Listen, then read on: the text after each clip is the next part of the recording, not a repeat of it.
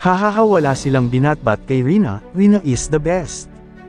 Yan po ang ating tatalakayin guys. Bago po ang lahat, shoutout po muna sa inyong lahat. Salamat po sa patuloy na pagsuporta nyo at sa pagtangkilik sa aking mga uploads video. So guys, tara na po, samahan nyo po ako sa ating tatalakayin.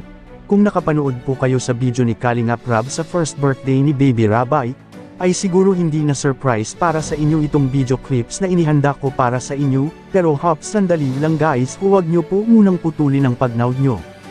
Gawan ko lang po ng kaunting reaction po ito. Ayun na nga, Rina is the best.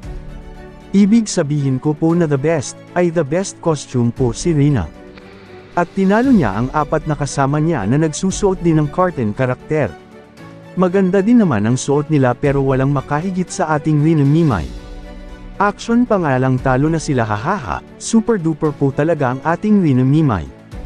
Talagang walang binatbat itong ibang kanyang mga kasama na nagsuot ng cartoon karakter.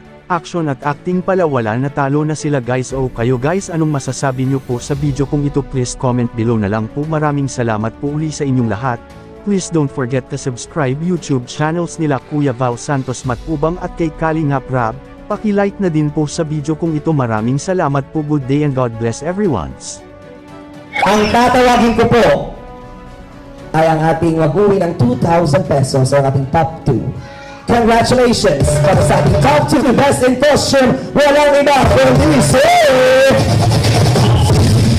JC Micaela! Tawagin ko sila, dyan.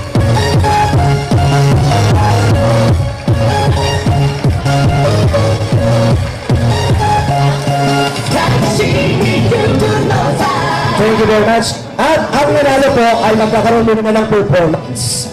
Tingnan natin kung talagang deserve niya ang kanyang pagpapanalo. Sana hindi ko makita si Jinky Pacquiao. Kailangan may performer ng masaya. Reyna, para kay Baby Rabay. Kaya, mga kaibigan, palakpakan natin, Mima Staylan mo!